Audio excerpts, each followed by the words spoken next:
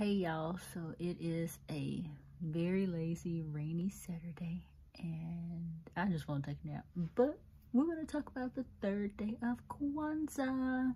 Habari, gani, Ujima. Ujima is collective work and responsibility. It means we're working together to achieve higher goals that benefit more folks, more than just yourself. Reading from the Kwanzaa book that I told y'all about before.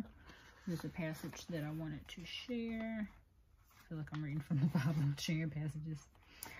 All right, Ujima. Let's do the definition first.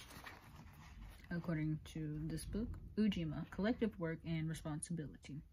To build and maintain our community together, and to make our brothers and sisters' problems our problems, and to solve them together. And in another section where it talks a little bit more in depth about Ujima, it says, taking more than an idle interest in the challenges faced by our brothers and sisters is actually in our own best interest.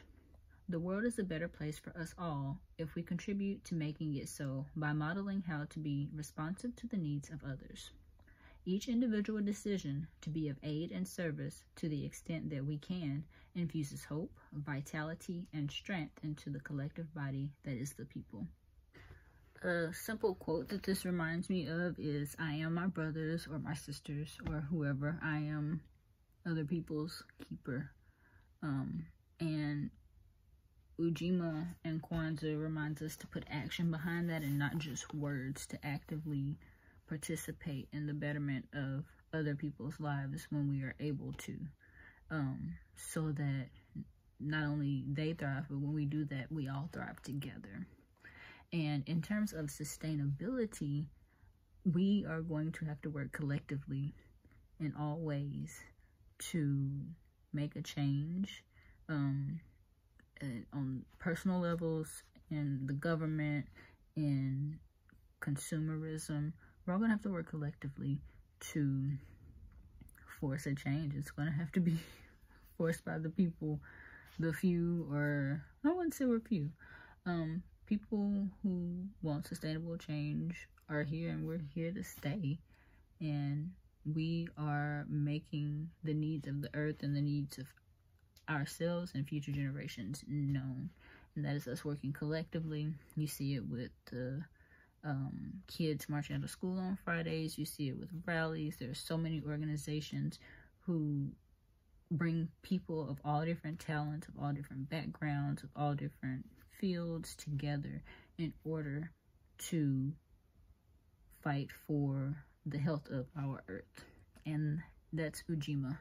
That's the spirit of Ujima. And shout out to my friend Ty, Drifting Queen. She wanted tips on how to celebrate because she's never celebrated before. And if you've never celebrated before, it's like, okay, so what do I do from here? You're sharing this information, but what am I going to do? You know, you may not have the symbols like the Kanara and the candles. You may not even have access to a book on it, but I shared some tips yesterday on the day 2 post for Kujichagulia. Today's tip is to learn the vocabulary. That was one of the most exciting things for me as a child because, like I said, Swahili, learning Swahili by practicing Kwanzaa was the first time that I was exposed to learning a second language. And it wasn't thinking now, like, I really appreciate that so much. But when I was a kid, I was just like, oh, this is fun. Let's do this, you know. I see so much that I can learn while we're doing this, while we're trying new foods, while we're talking about whatever, because I'm sure I was paying attention, but not that much attention. It was just a fun gathering for me as a child. And I think that's a good thing to do, to share with your children too, because they see the energy, the love, and everything associated with Kwanzaa. And when they get older, they may want to celebrate it for themselves as well, and they can really appreciate that you're celebrating it with them too. But if you've never celebrated before, today's tip, learn the vocabulary. Get on Google. The official Kwanzaa website has a list of vocabulary terms. So that'll be things like the symbols, the 7 principles, things like that, that are all in Swahili and translated into English and with like a phrase to help you better understand them.